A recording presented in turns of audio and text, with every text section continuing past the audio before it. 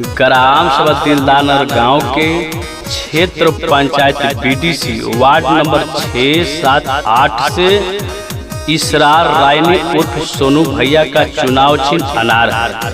चाचा हो, भैया हो, बहनी हो, हर माता बहन के चुनाव चिन्ह अनार बा। दिलदारनगर गांव के सभी बाबा चाचा के चुनाव चिन्ह अनार बा। अनार पर मोहर लगाई जा इसरार रायनी उर्फ सोनू भैया के भारी से भारी मतों से विजयी बनाई। कैसे विकास होई के करा प्रयास होई सभे लोग ये कहता, सभे लोग ये कहता।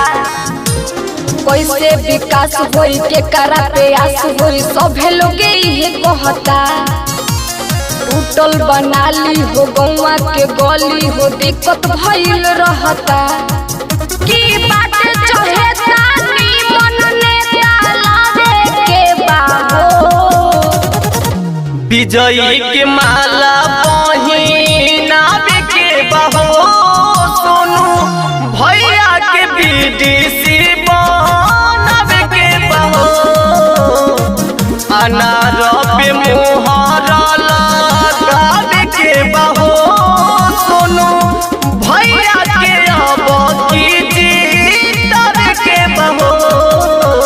सोनू भैया जिंदाबाद, जिंदाबाद, जिंदाबाद। सोनू भैया जिंदाबाद, जिंदाबाद, जिंदाबाद। हमारा मोहर कहाँ लगेगा? अनार के निशान पे। हमारा मोहर कहाँ लगेगा? अनार के निशान पे। हमारा मोहरिया तान के। अनार के निशान पे। पूरा गौवा में नहीं के हालानु बा। सब बहुत टोला मुहालानु बा। सब बहुत टोला मुहालानु बा। इनहि पे बाटे विश्वास होई पंचायती के विकास। पूरा गौवा में नहीं के हालानु बा। सब बहुत टोला मुहालानु बा। बीत जाए तो बीस चुनाव 21 में लावे के बाटे हो। विजयी के माला पहिनावे के बहो। सोनू भैया के बीडीसी बनावे के बहो। अनार पे मोहर लगावे के बहो।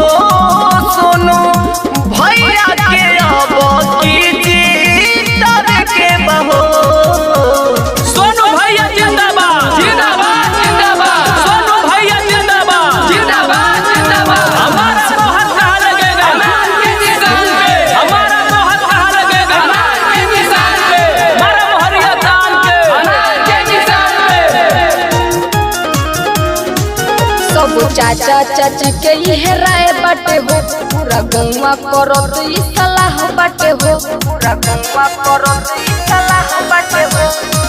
बनाली सब समेती इहे बाटे रउआ से बिनती। सब चाचा चाची के ये राय बाटे हो।